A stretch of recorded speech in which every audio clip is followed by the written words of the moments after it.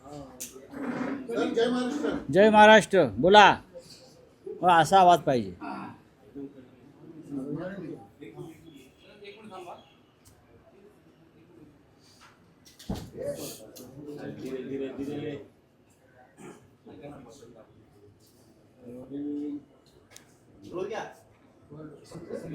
राऊत साहेब, काल 29 महापालिकांचे निकाल लागले, पण देशात प्रतिष्ठेची असलेल्या मुंबई महापालिकेत भाजप शिंदेची सत्तावस्थे आहे. ठाकरेंना मुंबई टिकवता आली नाही.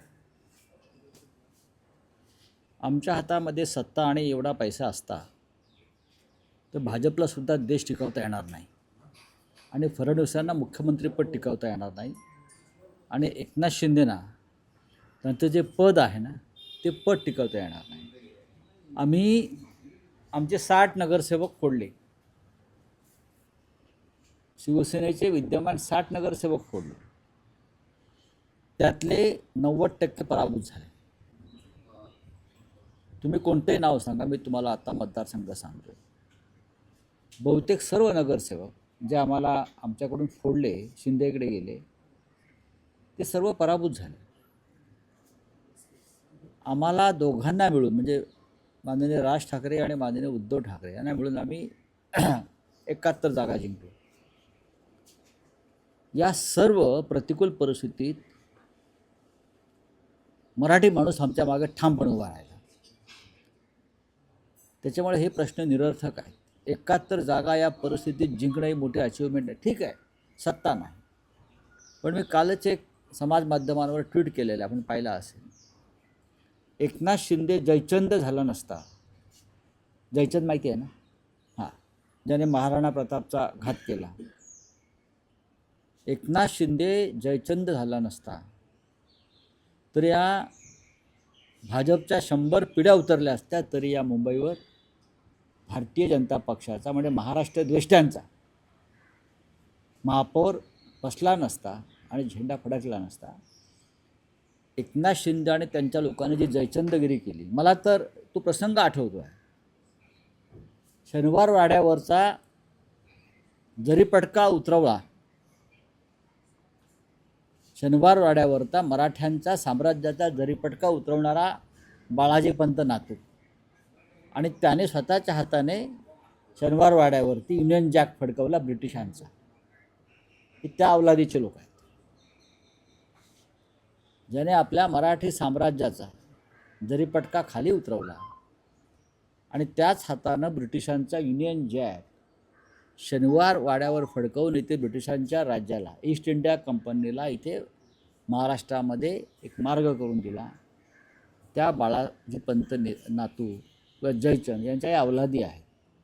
या अवलादी नसत्या तर म्हटलं ना, मुंबईमध्ये त्यांच्या 100 पिढ्या उतरल्या तरी स्वतःचा महापौर करू शकले नसते, जे महाराष्ट्र दृष्ट्यांचा महापौर होऊ शकतो. पण ठीक आहे,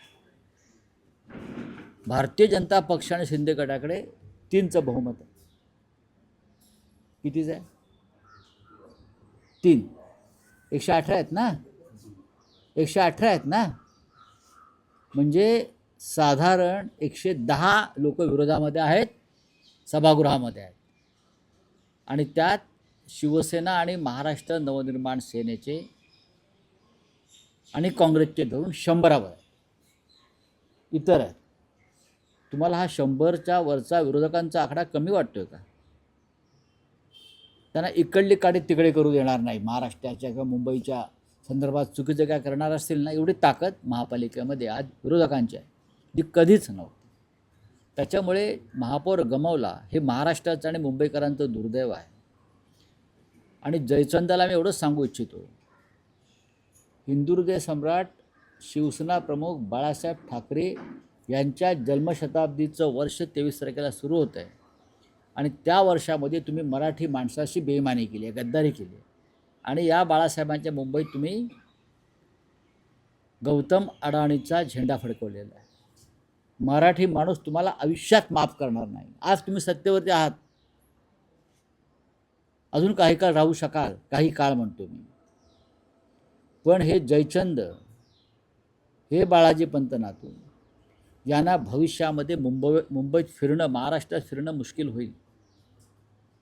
मराठी माणूस अत्यंत संतापलेला आहे, चिडलेला आहे. ज्या एकजुटीनं तो ठाकरे बंधूंच्या मागे उभा राहिला, ही अभूतपूर्व अशी घटना आहे.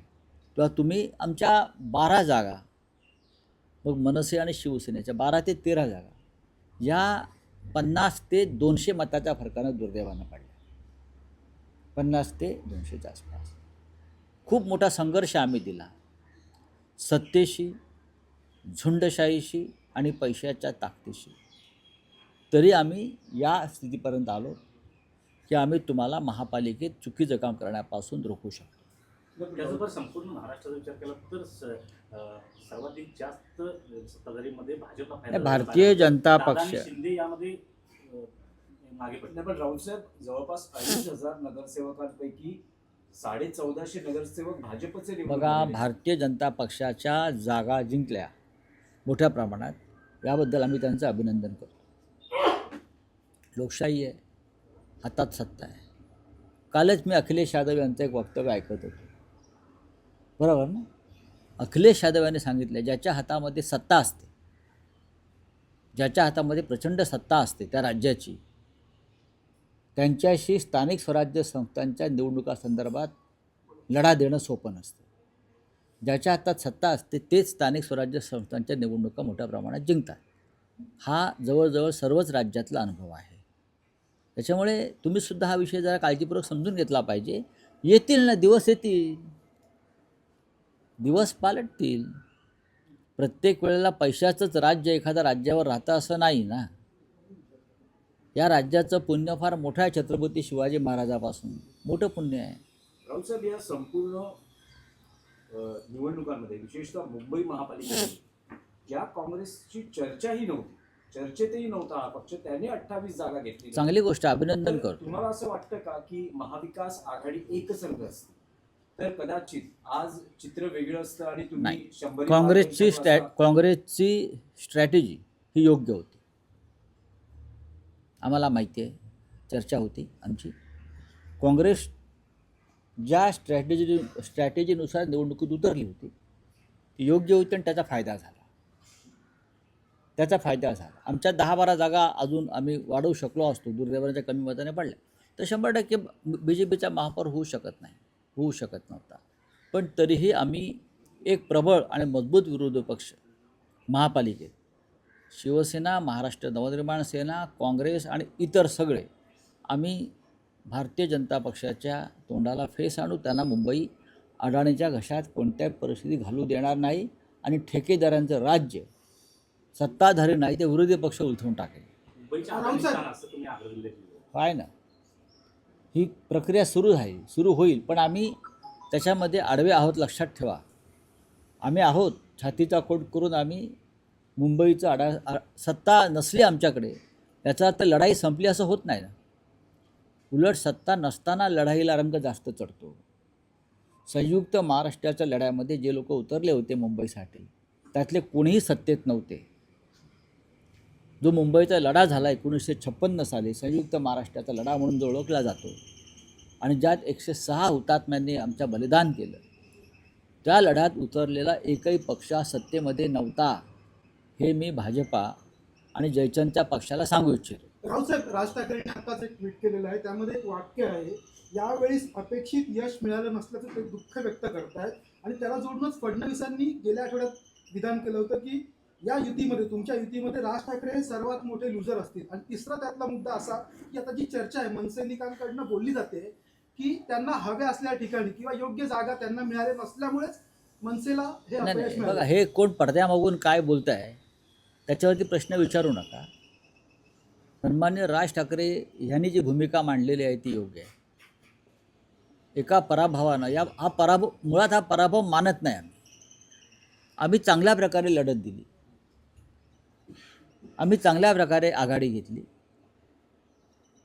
महाराष्ट्र नवनिर्माण सेनेला अजून 10 ते 12 जागा मिळणं अपेक्षित होतं,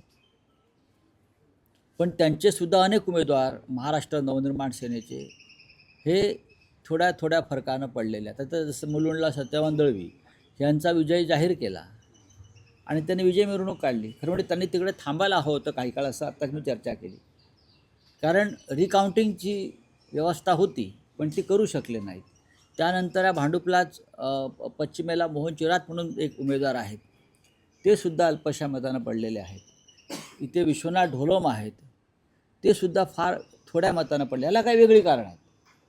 पण आम्ही सगळ्यांनी, शिवसैनिकांनी, आम्ही सगळ्यांनी महाराष्ट्र नवनिर्माण सेनेचे उमेदवार जिंकून यावेत यासाठी शर्थ केली. म्हणजे आम्ही त्या त्या ठिकाणी गेलो, शिवसैनिकांच्या, मनसैनिकांच्या बैठका घेतल्या, सर्व प्रकारची मदत करण्याचा प्रयत्न केला, लोकांना आवाहन करत राहिलो. पण दुर्दैवानं राजसाहेबांच्या पक्षाचे उमेदवार कमी आले.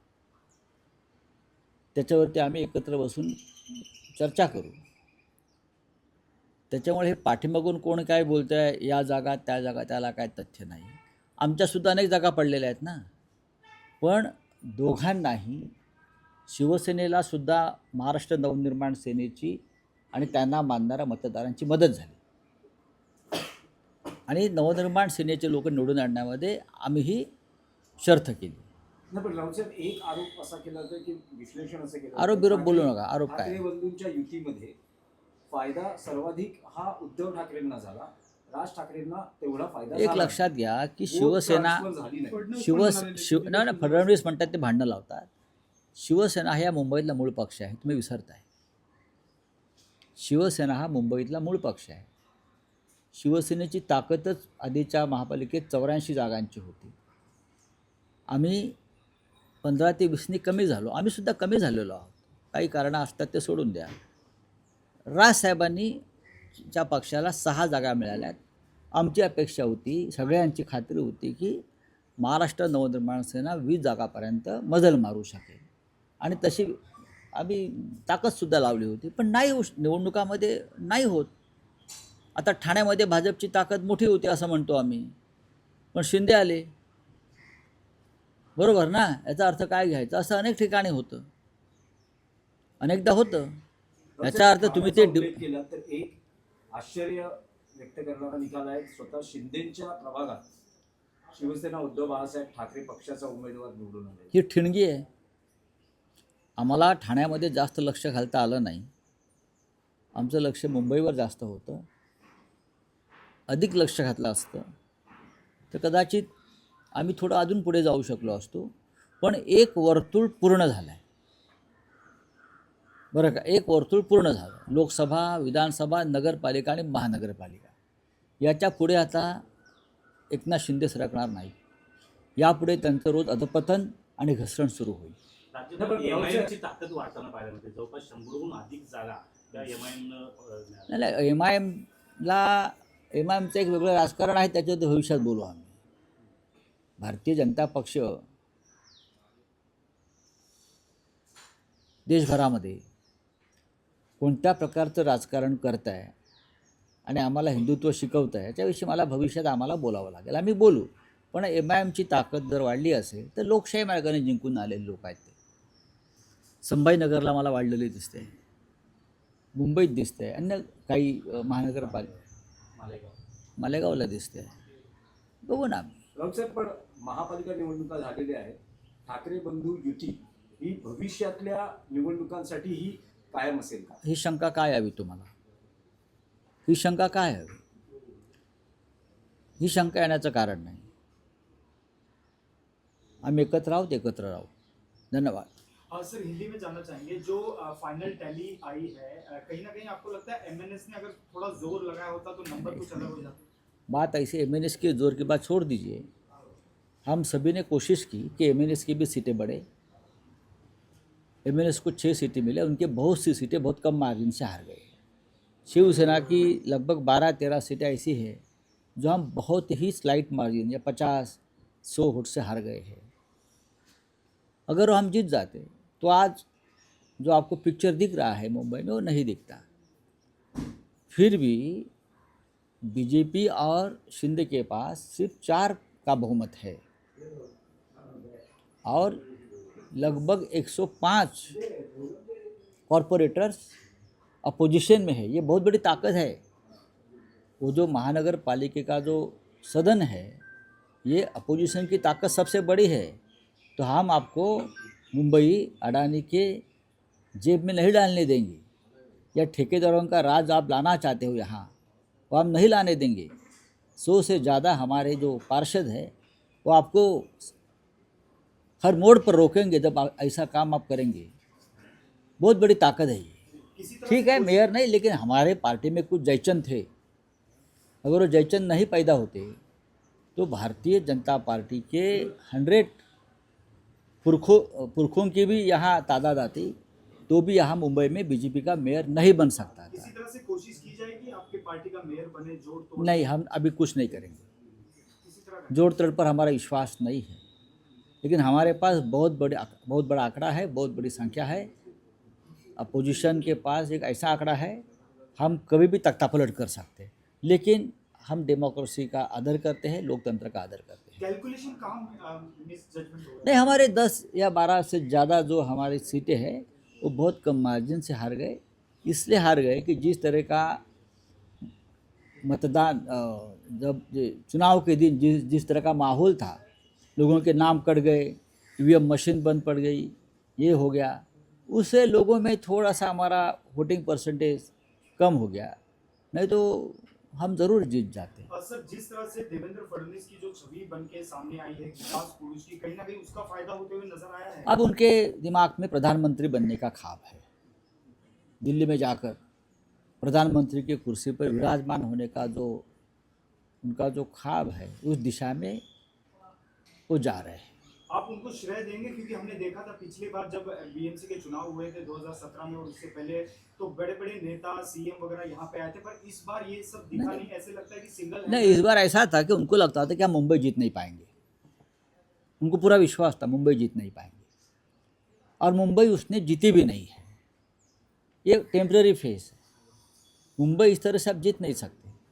मैंने कहा ना कि हमारे पार्टी में जयचंद बनाकर आपने शिवसेना तोड़कर पहली बार मुंबई में आपका मेयर बिठाने का सपना आपने पूरा किया है। बाकी कुछ नहीं। अगर जयचंद नहीं होता तो बीजेपी कोई आसान नहीं होता। आपने जयचंद का जिक्र किया, तो कहीं ना कहीं एकनाथ शिंदे का जो वर्चस्व है वो कहीं ना कहीं इस चुनाव में कम होते हुए नजर आ रहा है। नहीं, अभी ये चुनाव के बाद एकनाथ शिंदे का अधपतन शुरू होगा। अब एक सर्कल पूरा हो गया है, और वो सर्कल पूरा हो गया है महानगर पालिका चुनाव तक। लोकसभा, फिर विधानसभा, फिर नगर पंचायत, और फिर अब महानगर पालिका। अब बीजेपी को उनकी ज़रूरत नहीं है। सर, एक और सवाल है, पीएमसी और पिंपरी चिंचवड के बाद जो नतीजे आए हैं, शरद पवार और अजित पवार को काफी सेटबैक वहां देखने में आया, क्योंकि एक पूरा वन साइडेड दिखाई दिया है। तो अभी जो मर्जर की जो अटकलें हैं, आज एक ही साथ मंच भी शेयर कर रहे हैं बारामती में, हो सकता है कि आज ठीक है, उनके पार्टी में वो लोग क्या निर्णय लेंगे उसके ऊपर मेरा मत व्यक्त आपका आकलन किस तरह से रहेगा इसको आने वाले दिनों में? किस तरह से महाविकास आघाड़ी या फिर जो अपोजिशन का एक जो खड़ा है वो? देखिए, अजित पवार ज़्यादा दिन तक सत्ता में नहीं रह सकते, इतना मैं कहूँगा। जिस तरह का माहौल पुणे और पिंपरी चिंचवड में सरकार के खिलाफ बनाया था, देवेंद्र जी के खिलाफ बनाया था, तो भारतीय जनता पार्टी के मन में अजित पवार के लिए खटास है, एक गुस्सा है। ज़्यादा दिन तक अजित पवार मुझे नहीं लगता है कि सत्ता में बैठेंगे। वो फिर उनकी घर वापसी होगी, और दोनों पार्टी एक साथ, चाहे मर्जर हो या एक साथ वो काम करेंगे, ऐसा मुझे लगता है। और शिंदे को भी जाना पड़ेगा, क्योंकि अगला विधानसभा का चुनाव भारतीय जनता पार्टी शिंदे के साथ लड़ने नहीं जा रही है, शायद लोकसभा में। आपने अगले विधानसभा का जिक्र किया, आप लोग का किस तरह से कैलकुलेशंस होगा? यूबीडी, शिवसेना और एमएनएस आने वाले अभी देखो, आज नतीजे आए हैं। 1-2 दिन में राज साहब, उद्धव साहब, हम सब लोग बैठेंगे। ये फैमिली मैटर है, शायद आज भी हम उनसे मिल सकते हैं, उनसे बात करेंगे ना। हमारे बड़े नेता हैं, तो उनसे बात करेंगे। जेपी के चुनाव साथ में लड़ेंगे, जिला परिषद के जो अभी देखेंगे, जिला परिषद के आएंगे चले जाएंगे। राव साहब, एक सवाल और है, इंटरनेशनली पूछा जाए तो जिस तरह से जो डोनाल्ड ट्रम्प लगातार कह रहे हैं इंडिया पाकिस्तान का युद्ध उन्होंने रुकाया, कल फिर से उन्होंने जिक्र किया, और ग्रीनलैंड को लेके उनका रुख काफी ये रहा है कि अगर ग्रीनलैंड को लेके कोई अपोज करता है तो उस पर बात ऐसी है कि पाकिस्तान के प्राइम मिनिस्टर मिस्टर शरीफ जो है, शहबाज शरीफ, वो ट्रम्प जो कह रहा है कि हम युद्ध रुकवाया, शरीफ उनको मान्यता दे रहे हैं। जी हाँ, प्रेसिडेंट ट्रम्प ने हस्तक्षेप किया, तो अब हमारे प्राइम मिनिस्टर ने मुंह खोलना चाहिए ना। लगभग 100 से ज़्यादा बार प्रेसिडेंट ट्रम्प ये बोल चुका है कि मैंने मोदी को धमकी दी व्यापार बंद करने की, ट्रेड बंद करने की। मैंने मोदी को धमकी दी, मैंने मोदी के ऊपर दबाव डाला। अगर दबाव नहीं डाला है तो ये हमारे प्राइम मिनिस्टर का कर्तव्य है कि देश के सामने आकर बताइए कि मैंने प्रेसिडेंट ट्रम्प का दबाव नहीं माना है, मैंने अपने आप युद्ध को रुकवाया है। हम तो लाहौर तक जाने वाले थे, लेकिन अचानक मुझे लगा कि लाहौर तक नहीं जाना चाहिए। उसमें प्रेसिडेंट ट्रम्प का कोई हस्तक्षेप नहीं है।